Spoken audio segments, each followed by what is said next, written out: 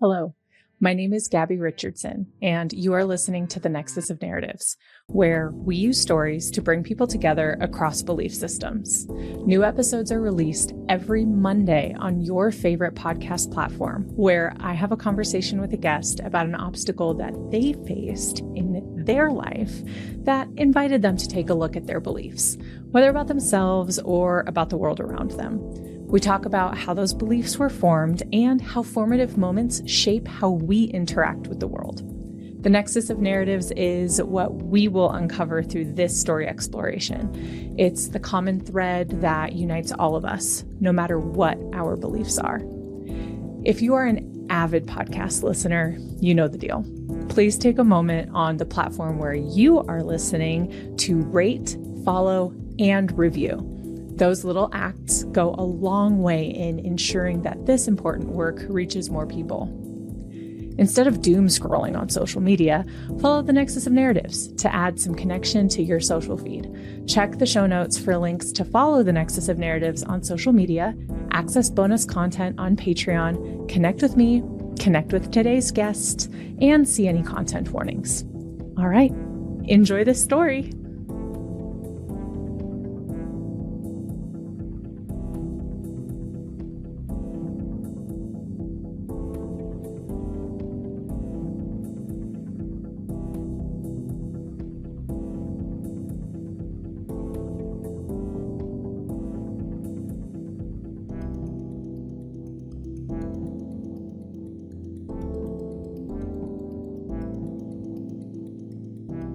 Well, welcome to the Nexus of Narratives. Thank you. Thank you so much. I'm glad to be here.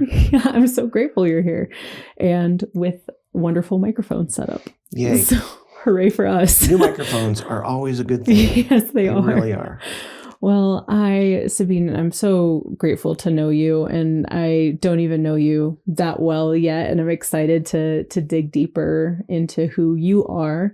And we met at a tabletop networking event, and it seemed like you had this immediate oh, I would like to be a part of what you're doing, as I shared the purpose of the podcast. And I'm always so grateful for those moments. So thank you. You have a really wonderful presence. You're welcome. I saw it almost immediately. As soon as I met you and you started talking about it, you can see passion in people. You can see when someone has a passion for something. And I instantly saw it and I was like, wow, and so I just, for some reason, I felt drawn to it. And afterwards, I kept a hold of your card and, sent you the messages. And so here we are.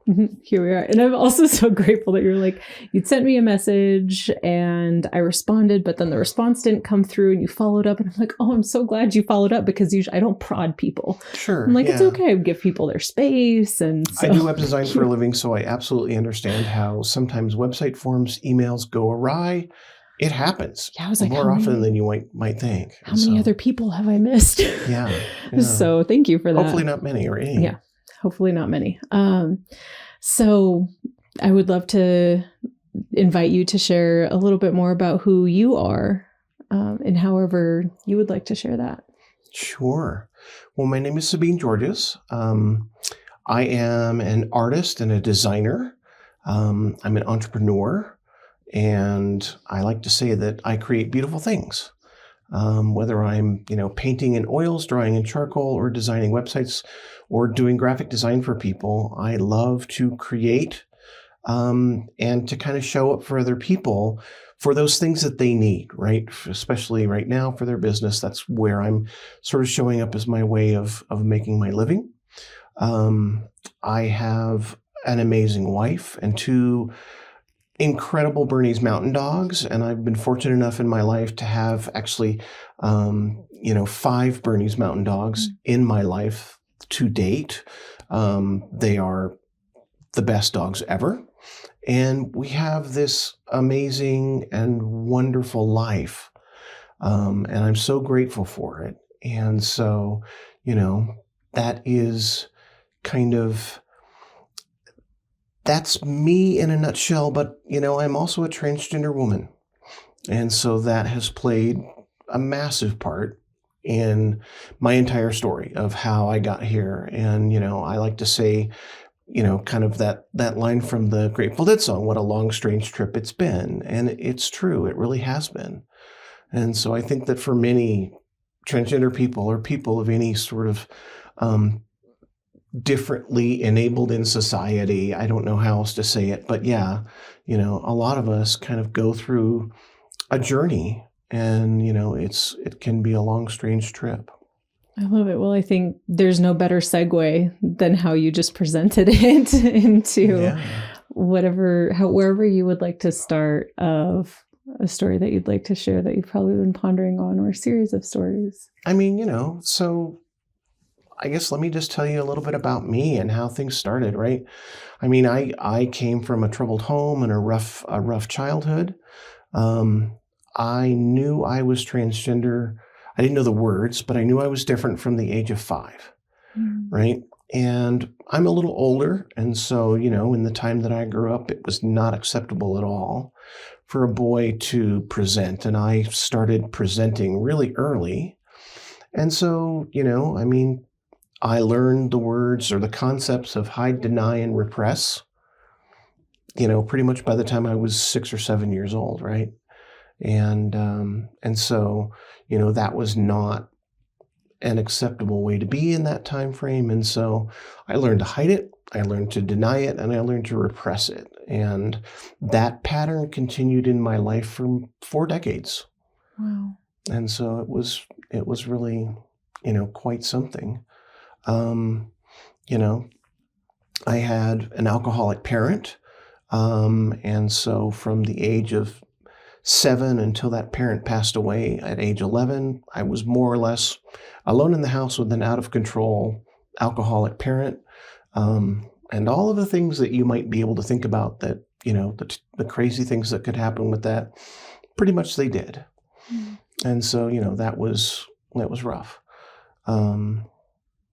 I ended up in foster care, and was taken in by a minister and their family. I went to family first, other family, and lived with my sister for a while and things like that. But eventually, ended up in foster care, ended up in the home of a minister, and their family. And that was immensely formative for me, not from the religious perspective, but just from modeling of normative family life, right? These people didn't have, craziness going on daily, right? They weren't living in this environment of disruption, perpetual disruption, and all that comes with that. And so I was with them for 4 years, and it was beautiful because that gave me time to then sort of calm down, see how family life actually can be and should be. It was modeled for me there. And that is frankly their example is what I live today, right? From a family perspective, trying to keep that peace and that harmony in my life and not allow that disruption to pervade, so I feel like that was an incredible gift. For me.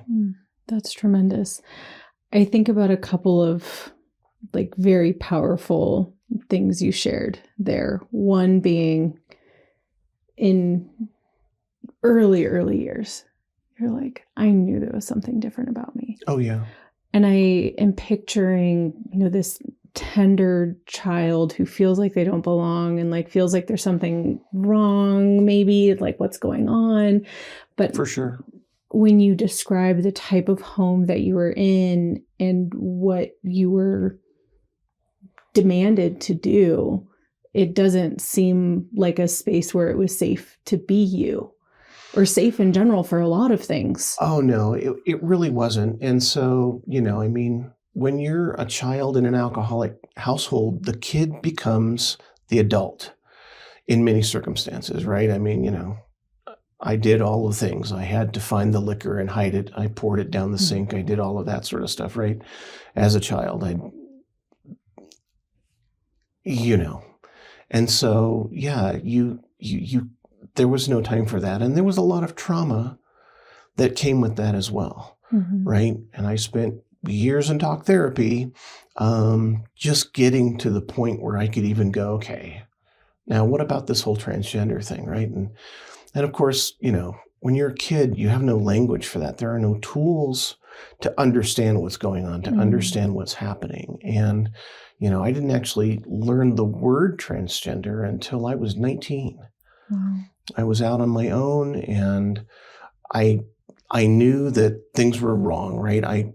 Not wrong, but I knew that I was different and I was suffering. I had gender dysphoria. That's what we know to call it today. And I had it pretty bad.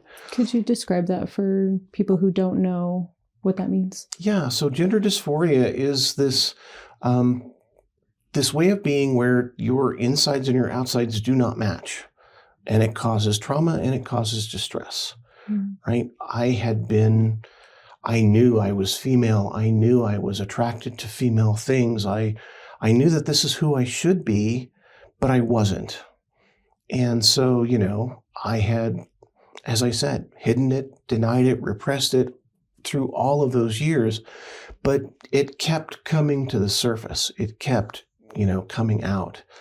And so I can't remember exactly how, but eventually I learned the word transgender, and I found it in the Diagnostic Statistical Manual of Mental Illnesses right underneath homosexuality in 1983.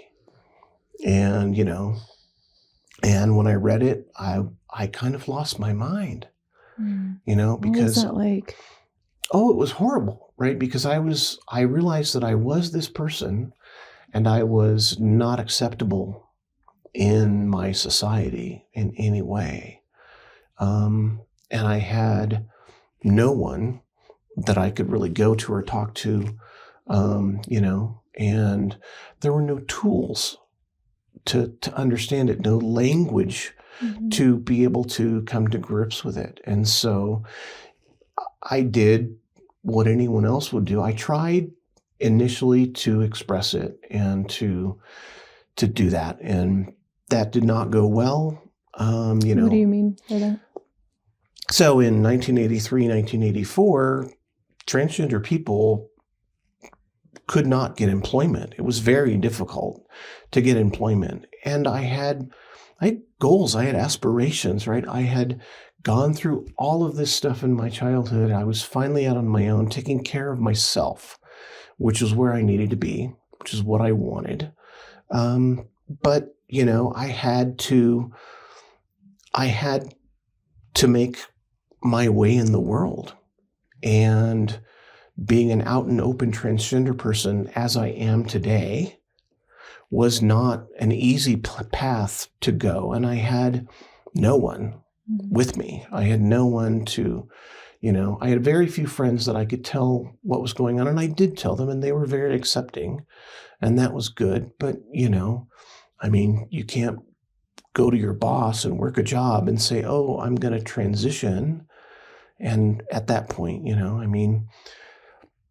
so I stuffed it. I repressed it. And, all through the 4 decades that I did that, I ended up, every 6 months or so, I would have a complete meltdown, right? And go through, days of crying jags and all of that. And then I'd stuff it again and get back to work. And so, I wanted things. I wanted to have a career. I wanted to have a life, and I wanted to build something. But being trans and having that was not possible then. I ended up working and getting jobs and excelling. I was good. I had a lot of that energy that I could not express in my gender. So I poured it into other things. I poured it into my work. And so I ended up going to Washington, D.C., eventually getting a job there and working. And, to kind of point out what life was like, I think it was 1994. I was working at a government contractor. We were working on a proposal. It was very late. And there was another young man that I was working with, and I knew him fairly well. But at like 1 or 2 in the morning, we're when you're working on proposals, it's a late sort of shift kind of thing when you've got to get a proposal out the door for a client. He and I were in an office, we were talking and working, and it was kind of the end of the day. And I can't remember exactly how the conversation went, but basically it got kind of personal, and he came out to me as a gay man and told me that he was gay. And then he sort of realized what he'd done, and he was like, my God, please don't tell anyone because I will be fired. Right? 1994. And so I was like, you know what? Okay. Let's exchange a hostage for a hostage, as it were. And so I told him that I was trans, and, we had a conversation about it, and it was a lovely conversation. But we were both in a place where we couldn't do anything about it, right? There was nothing to be done. And we never talked about it again. I worked with him for another couple of years, and, but until, our ways parted and we went in different directions. And so, that was kind of how the world was. And so there was no opportunity. I finally got to the point where I could start seeing a therapist and talking through the childhood traumas, right? And I think it's important to pause that portion and just say, obviously I had a lot of things to talk through with a therapist about my childhood, including being trans. But I think it's important to note that I was transgender before any of the trauma started happening. I knew I was different, and I've done the whole pondering, why are you this way, right? Because in society today, you have a lot of generalizations about transgender people that are hurled about, and mental illness is one of them.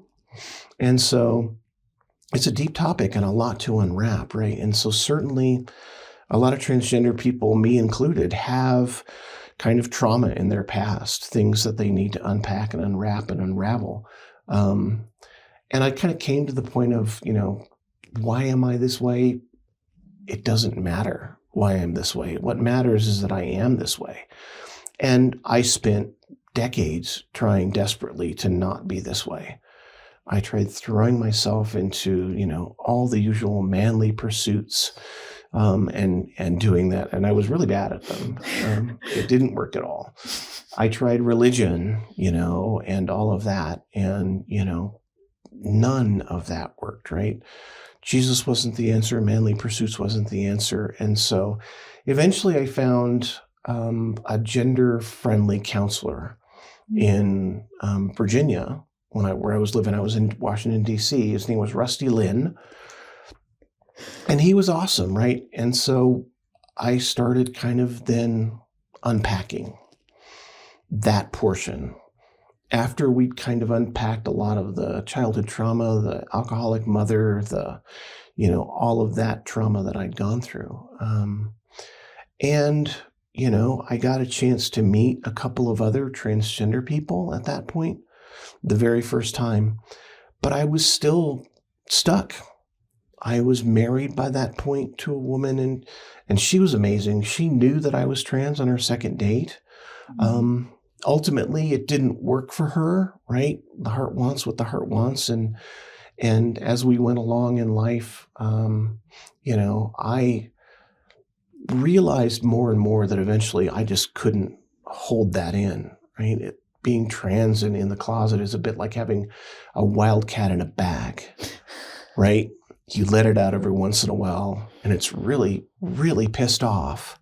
And it goes through and it scratches a bunch of things up and makes a bunch of noise and everything else that was, but then you stuff it back in the bag because you have to. And eventually you cannot construct a bag big enough to hold it. That's a really powerful analogy for your experience. Yeah.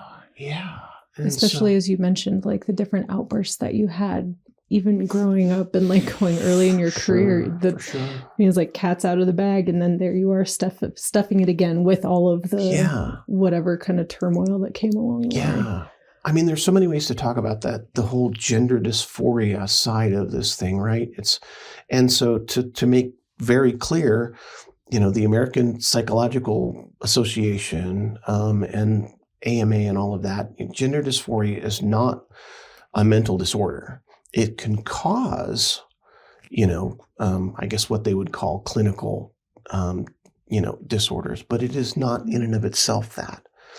And so I was able to live with it. I was able to stuff it and able to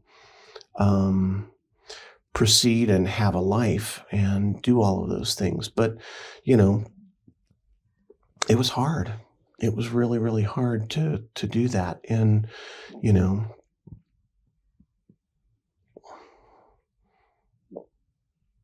I've kind of lost my train of thought. That's okay. the stuffing of this wildcat, and you'd finally started speaking with a therapist where it was safe to be yourself and meeting other people like you. Absolutely. And I feel like it's sort of leading into this where I usually like to ask the question of like, okay, I think you very clearly communicated, this is where I have developed these beliefs about it's not okay to be me. Yeah. And I have learned in all of these different instances that it is not safe for me to be me.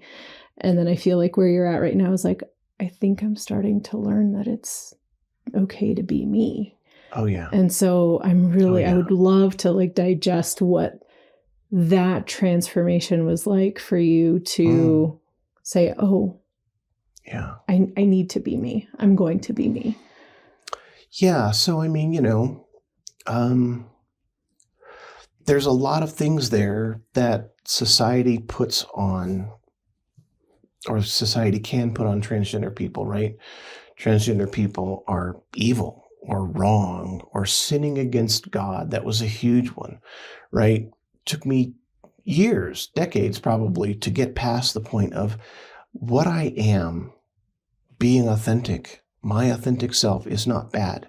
It's not evil. It's not wrong. I'm not sinning against God or society. I am not doing anything wrong by being who I am, who I was meant to be, who I was born to be, right?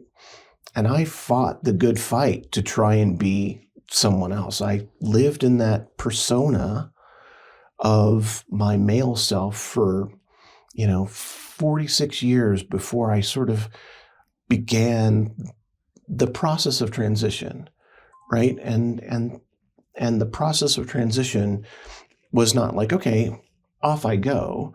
It was 10 years of trying to overcome the fear. Just overcome the fear once I had the acceptance, from my current wife, that it was okay to be me, that it was okay to be this person. And society had moved on enough that I actually could then even entertain the idea of that. So that's so extremely powerful. Like the environment felt just safe enough after this like really long period of time. You're like, how do I overstep this fear? I can't imagine living a life where there's such strong, and I can only imagine how visceral of fear of being authentic. For sure. And then to think, okay, the world feels, or this space, this bubble of where I live feels just safe enough for me to be me.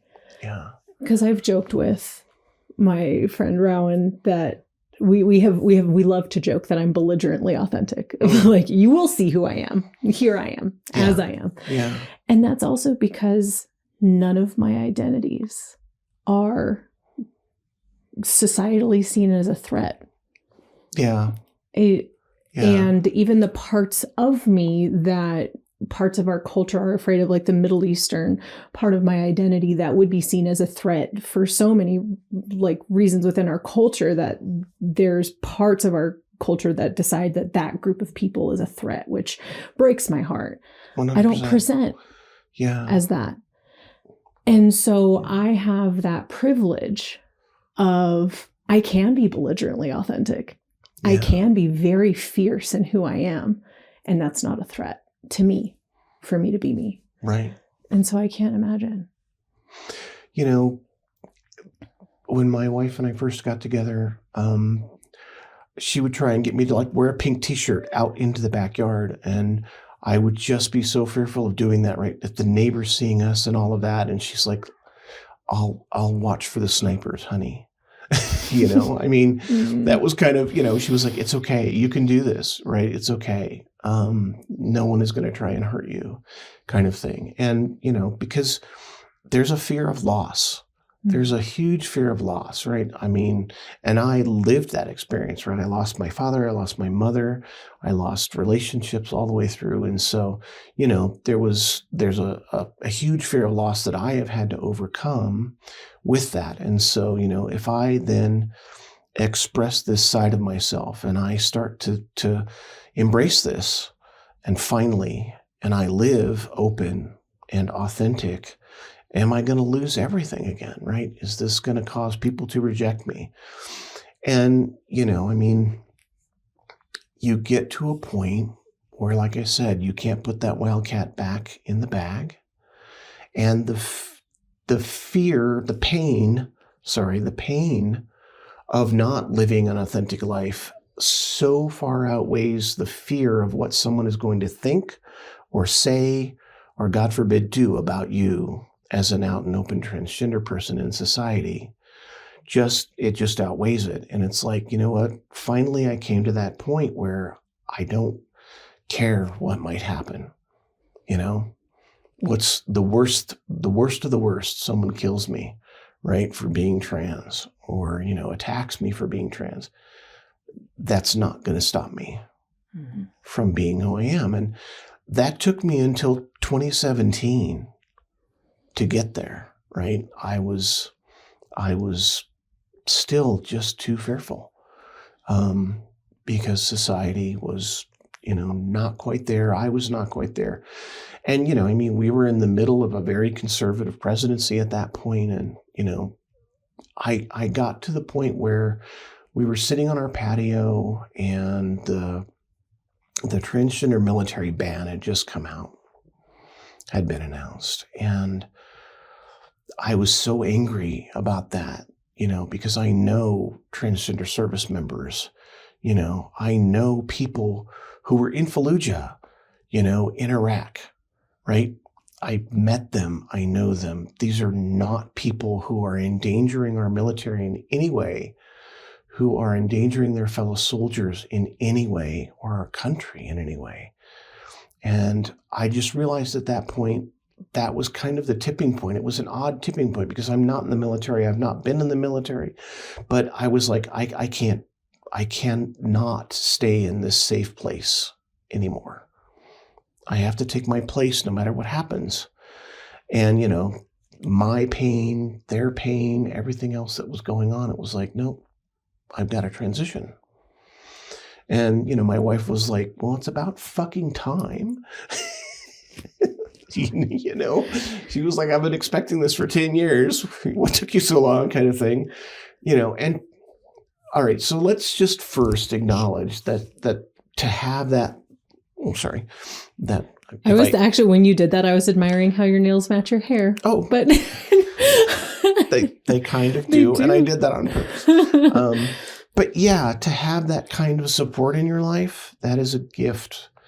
That is such a gift, right? To have someone that sees you and accepts you so fully, you know, with that. And don't go anywhere just yet. We will be back with this conversation in just a moment. Thank you so much for spending your time with me here on The Nexus of Narratives. As you may know by now, it goes a long way to support the podcast by listening, following, rating, and reviewing. So if you have enjoyed the content, please take a moment to support extending the reach of this important work. While the public episodes of the Nexus of Narratives focus on the stories of our guests, how belief systems have been formed, and how to build connection, we keep the conversation going on Patreon. We've built a phenomenal community of peer connectors on Patreon who are looking to build a more compassionate world together. While I could be continuing the conversation with the guest or digesting fantastic themes with my dear friend Rowan, there is a lot of great bonus content on Patreon, including additional benefits for different tiers. Search Nexus of Narratives on Patreon or click the link in the show notes to join this exclusive community. I look forward to connecting with you there. For more information on the Nexus of Narratives, ways to listen, opportunities to connect with me, or share a story of your own, go to nexusofnarratives.org. I personally monitor that inbox, so it is a quick and simple way to connect directly with me. Whether you're a new listener or have been around for a while, I'm deeply grateful for your time and commitment to this work. Without keeping you any longer, let's get back to the story. And I think something that just clicked for me in that beauty is you said it took you 10 years. So it sounded like it took you the duration of your relationship. Of overcoming that fear of being authentic, which I think really speaks to anybody. This is just like a generalization for this platform, is like anybody who's looking to build that like trust with authenticity and that depth. It's not a flip of a switch moment. It's not. Oh, hey, believe me, you can be me. You can be you around me. It's safe. And then it's like, it takes so much. I had lived for decades with that fear, right? And had tried in my early 20s to come out and, had been rejected with that, had seen all of the stuff that transgender people, gay people going through. I lived through the AIDS epidemic, right? I mean, I literally watched as an entire group of people were vilified, and all of these young men mostly started dying from this horrific disease, thousands upon thousands every single year it climbed. And at that point, I was in a relationship with another person who was a transgender woman.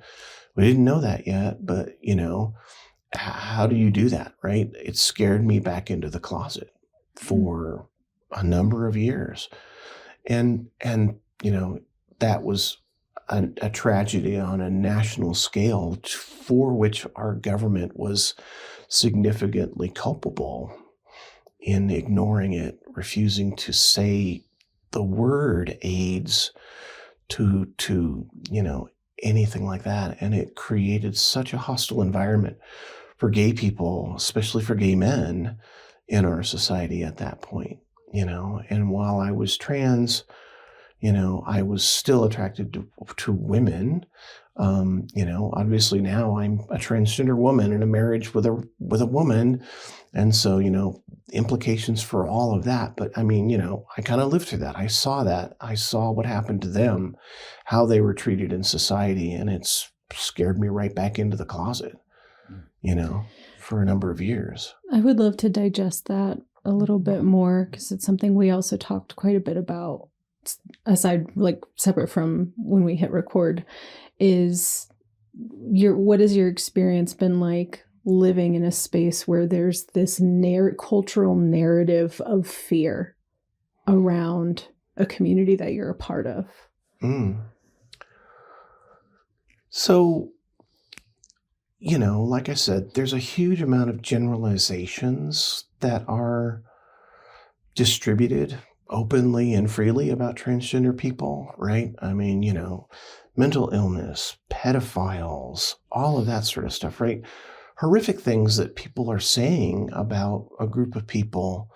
And, while I can only relate my individual experience, it's hard not to just want to speak back to that broad generalization, this brushstroke that's been painted across an entire group of people, to say, no, actually, that's not true. And it's certainly not true for the transgender people that I have met, the transgender people that I know, right? I mean, We're not a threat to society. We really are just in that bathroom to pee, and the concept of harming a child is just the most horrific and reprehensible thing that I can even ever consider. And so, it's like, your problem is not transgender women in bathrooms. Your problem is predatory men in bathrooms. And they don't need to put on a dress in order to do that. And they're not going to put on a dress in order to do that. Yeah, that reminds me of something that we talked about as well, that I hadn't realized that I had felt so much shame around, that I hadn't shared it with anybody at all until I shared it with you, that I was like, I think it's timely for me to say, I remember when the conversations around, I was working at CU Boulder at the time, and I remember the news about making, bathrooms accessible for transgender people. And I remember the fear that came over me. And the version of me that exists now is ashamed of the thoughts that I had in that, which I think, go ahead, you look like you're about to say something. Yeah, but I mean, I get that, right? And I understand that you feel shame now, but society takes time to learn about things, to adjust to things. And it's always, 2 steps forward and 1 step back, right? And so I hear you, and I appreciate now that you feel that way, but I understand because it was unknown, right? We weren't allowed to talk about transgender people. I never talked for about the it. longest time. I never knew anybody that was trans or was or is. It was not a part of the conversation for me. I was not raised around people who were openly gay or trans, part of any part of that community. I remember when I was in high school in my senior year, there was an LGB, that was it, club that was just announced. And I didn't understand. And I was just like, I don't feel like I need to understand, was kind of where I was as a teenager. Yeah. And it wasn't from a place of judgment. It was just like, I don't get it. And I'm 17 and I'm caught up with whatever else is going on in my life, probably, I think was the approach. Boys. Yeah, whatever. Yeah, whatever it might have been. And I remember that coming out, and in this kind of reconciling of what I feel culturally I was raised to believe about the gay and trans community, or anybody who's not straight or cisgendered, you are to be afraid of them. There is a threat. Like, I definitely experienced that narrative. And so then my reaction naturally was, I'm worried about men coming into the women's bathroom from a predatory thing, not because I knew anything about the trans community and was afraid of that. Was my fear was rooted in predatory men. Sure. And just as you said, predatory men are going to be predatory men, whether they have a dress on or not. Yeah. And it's not about being trans. Yeah. And once that became clear to me, I was like, oh, of course. Yeah. Duh. Yeah. And I think it spoke to what it took for me to get out of my fear brain, my fear lizard brain of just a survival moment. Yeah. And then when I had the space to think more critically about it, I was like, oh, well, that's silly. And I think especially being here in Colorado, my transition of belief systems and perspective was going from that. I'd only been in Colorado for maybe a year or so at that point. And then I think it was through my exposure in the dance community, is if I had to guess now that I'm thinking about it actively now. Then it came one of my best friends is trans. The instructor of a hip hop team I became really close friends with her. She was openly engaged. I don't know if they're married now, to a woman. And so many fantastic gay dancers, the spectrum that was so beautiful to experience and in a celebratory way. And then we would go to drag brunch and drag bingo, and I went to Pride with them, and it was so much fun. And I was like, this community is amazing. they are so fun and vibrant, and they're like excited to be who they are. And then now to this side of me, that when I hear the narratives of, drag story time is a threat to children. I'm like, come on, people love to dress up for Halloween and dress in a costume, but someone dresses in drag and all of a sudden it's not okay. Yeah. Experiencing the beauty and the performance of it and the joy. There's just so much joy in it. I'm like, this is amazing. I think it would be beautiful for other people to be able to sit and experience how cool this is and what a beautiful culture it is. Yeah, it is a culture that was forced to create its own safe spaces. Mm-hmm. And, I think that I'm incredibly grateful that there is now a T on the end of that LGB, right? And that there's now even more additional, letters on there. I mean, even though the haters will call us the alphabet community, right? We're not bad or evil or wrong. We're just people living our lives just like everyone else. We're just trying to get to tomorrow. We're trying to love our families, do our jobs, pay our taxes. Most of us are extremely boring. I mean, my wife and I are certainly boring. We come home from work and we sit on the couch and we watch TV most evenings and we pet our dogs. I mean, that's it. We garden, right? If we can, we try and exercise, but we're really bad about that, right? Just like everyone else in the world. And so, that's the thing. I even wonder, right? People who may be watching this, how many of them have actually met and know a transgender person? We're in Colorado, so the chances of that are probably a little higher because we're kind of an island of, a much more socially liberal citizenry than other places. But I think that, there's still a bunch of people that never met a transgender person, right? And I've even had people talk to me because I'm out and open and I'm unapologetic and I just kind of go where I go. I mean, you met me at a networking event with 100+ people in there, and I was probably the only transgender person in the room. Who knows? But, probably, but, I take up space, right? I take the space and I demand my place, and I am not apologetic about any of that. And so, I think that that's incredibly valuable for people just to get to see, because I had a woman actually tell me once, she was like, I've been really leery of, kind of transgender people in general. She's like, you're so reliable. She's like, I always know what to expect when I see you. You're just Sabene. This is who you are, right? And, I think it's important to also understand that there are transgender people out there who are non-binary or even feel both, right? And maybe that's a new thing for society to come to see and understand, but it's not wrong. It's not harmful. It's not dangerous. That person is simply expressing their authentic self, who they are in their heart, in their soul, right? Gender versus sex, right? Sex you're born with.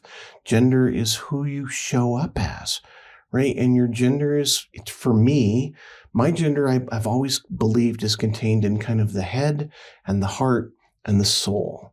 Mm-hmm. And that head and heart and soul for me is female. And so, I show up in society. I'm a transgender woman. I'm a different kind of woman than you are, right? I didn't grow up the way that you did, and I didn't have the cis female experiences that you did, right? My experiences were vastly different, but yet, I am a woman in society living this way, right? And, you kind of know that you've arrived when people talk over you or they question your authority or, or the appliance repair guy who you've been talking to on the phone all day assumes that you're the man. And then you show up to pick up the part and they're like, okay, here's what you tell your husband to do. Like, oh yeah, I'll tell him. Yeah. So, it's like, I wanted to be offended, but at the same time, I was like, wow, that's so affirming. Well, I just put my hand over my microphone, so sorry. But yeah. Yeah, it's funny. It's almost like the welcome. Yeah. I had multiple experiences like that, where that would happen. And it's just like, and I had girlfriends who were like, well, welcome to womanhood. There you go. Here we are, kind of thing. Yeah. That affirmation is in a funny kind of a way, not like, oh, well, this is what you asked for. Yeah. But I mean, there's a bit of misogyny in there too, right? We have to acknowledge that. But at the same time, it was like, okay, I kind of get it more than maybe I did before, because it's I've experienced it. It's happened to me, just like I'm sure it's happened to you and every other woman that's alive today on the planet. It's happened to. Yeah. Well, and my mother and I have had a lot of conversations over, like, I was so excited to turn 30. I was just like, oh, maybe people will finally take me seriously now. And it's like, no. So I mean, it's an ongoing struggle. It really is. Yeah. But it's something that I've learned to navigate and learn when to be louder and stronger, and when I need to pull out my credentials or, whatever. Yeah. It might be demand your place and take up space. And take up space. Yeah.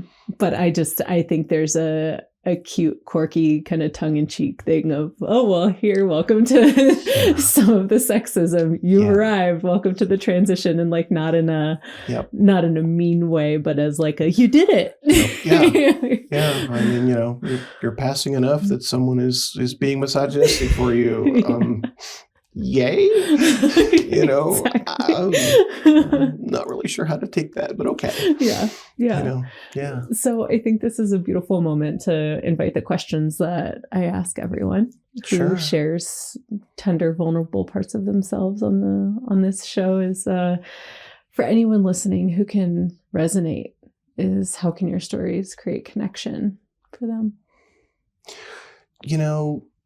Again, right? I want to connect with people who maybe don't know a transgender person, right? In the trans community, people can tend to kind of get their hackles up that we don't owe people an explanation. We don't owe them education about who we are, why we are the way that we are. But at the same time, I feel personally that if we want society to actually come over onto our side eventually, and I think that eventually they will, that you kind of need to play the ambassador a little bit. You kind of need to be that transgender person that is okay with people asking questions. And so, I want people to see transgender people in society. I want them to see us going to the grocery store and doing all the same things that everyone else does, and just being normal people, because that's frankly who we are. We're just trying to live authentically in our space. And so, maybe I've answered your second question about people who don't get it, but I was saying, I think that was beautiful. Yeah. I think it touches all of them. Yeah. I think it maybe does. Right. And if you've never met a transgender person, hi, I'm a transgender person. Here I am. I'm among you. I'm living in society. I'm not mentally ill. I'm not crazy or evil or bad or wrong. And neither are my trans siblings, the people who are like me in society.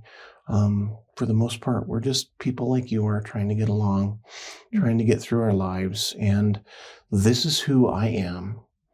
Authentically, this is me. And the me that I was for 40 plus years was angry and miserable and not happy or well-adjusted in any way. And the person who I am today is so much more at peace and so much more calm and so much more productive in my life. I'm a better citizen. I'm a better human being because I was able to transition.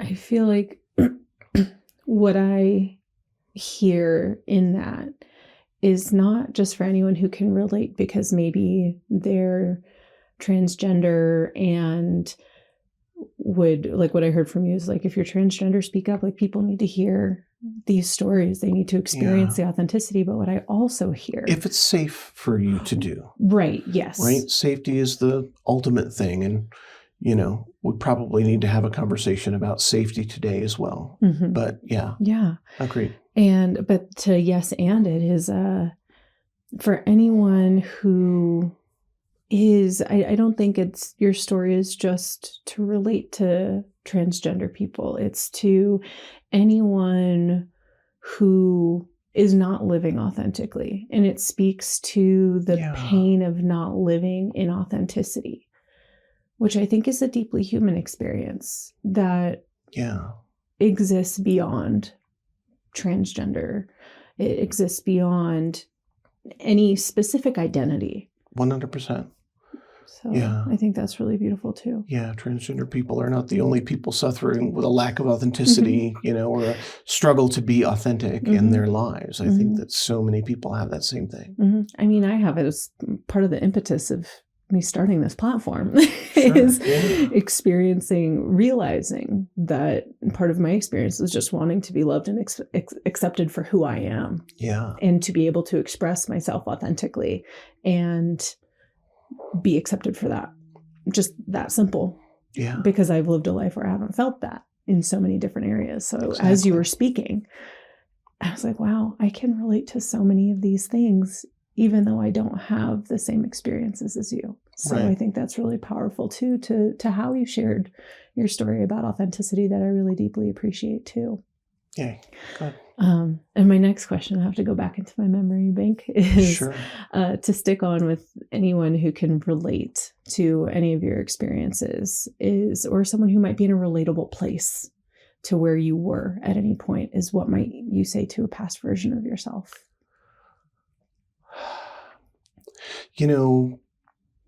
It's really hard to talk to your past self because the world was very different back then. But, I always would want myself to come out sooner, to do this transition sooner, because I know how happy I am now. And, I think that everything happens in the time that it happens for the reason that it happens. And so, I guess that what I would say is that, find your safe space, find your love, and be safe and protect your spirit until you can come to that place of being able to live authentically. And may that happen for these people as soon as possible, right? There's just a lot in this world, a lot of people that are unable to do that right now. They're not safe. They're not able to be in a safe place. They're not able to be supportive. And, I wish that for them as soon as possible, because I was there for a while. And now I'm in this place where I am so blessed that I was able to do this. I was able to transition.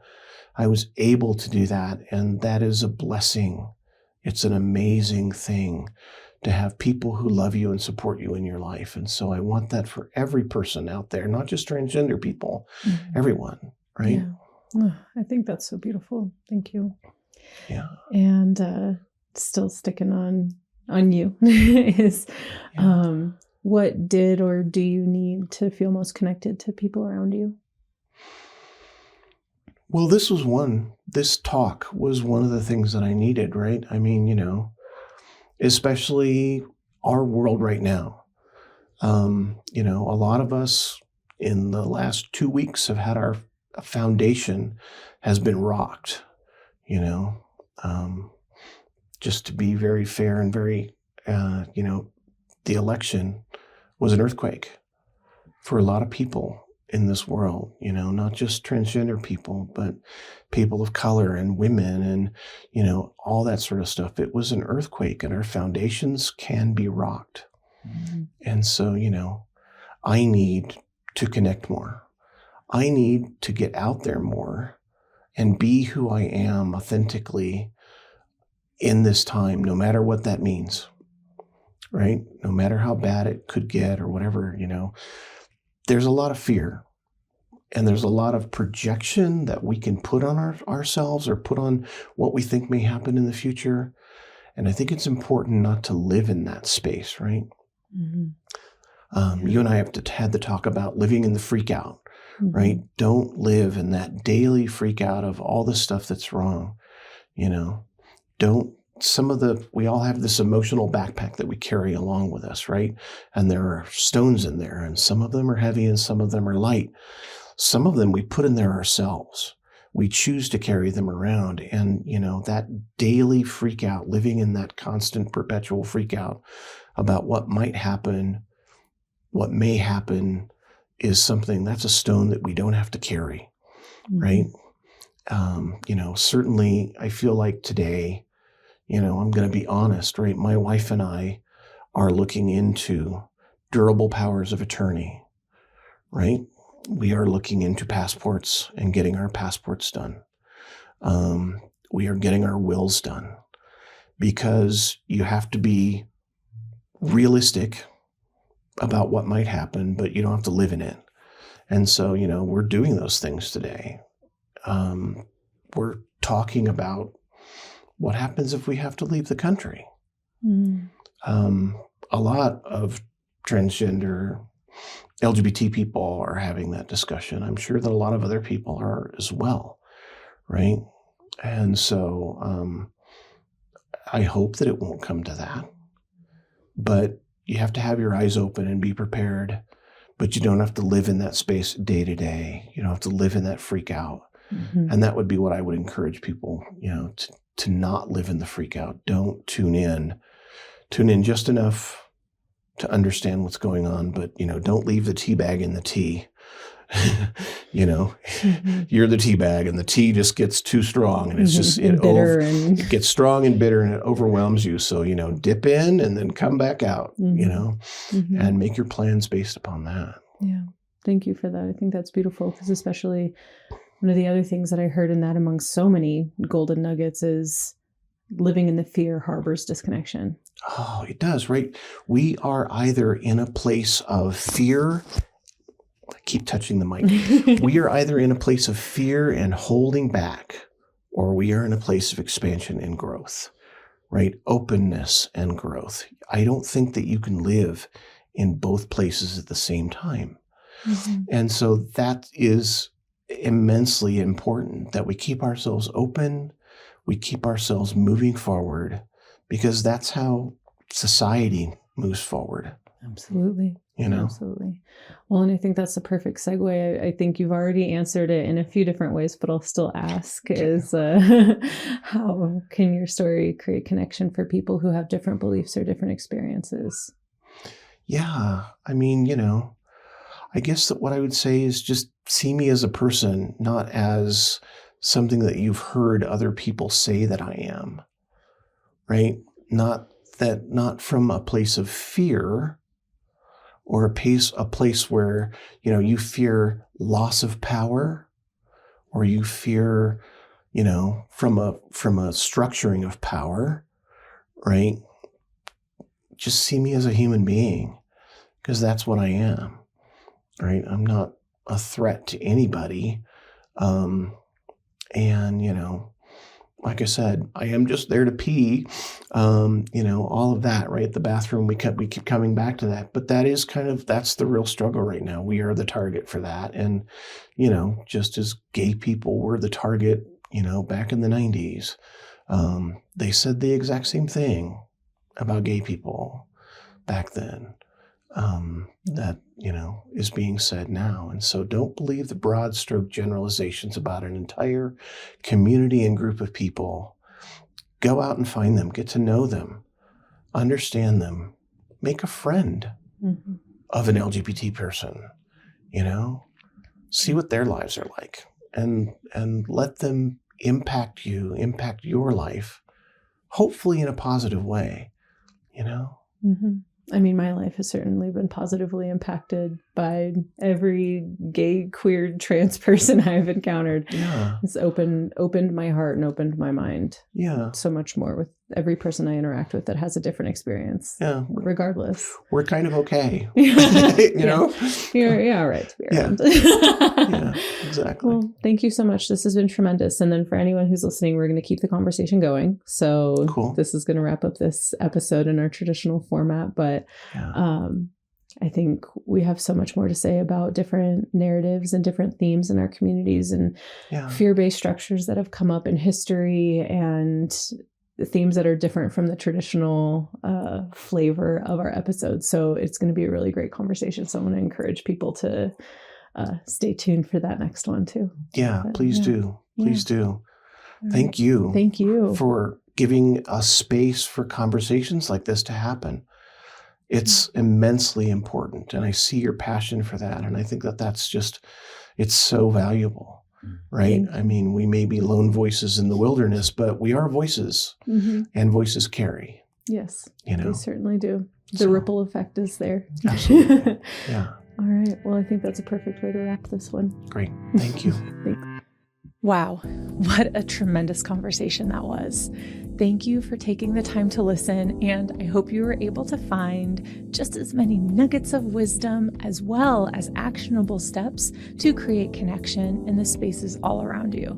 This is an extremely grassroots production, so thank you to my dear friend Rowan for their commitment to this work in supporting leading fantastic conversations on Patreon and so much more.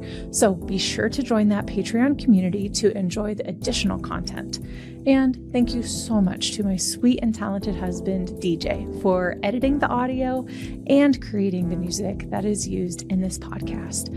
And of course, it almost feels like it goes without saying thank you to every single listener. Thank you to every single guest who has committed their time and energy to support what I feel is such important work in bringing people together and creating connection.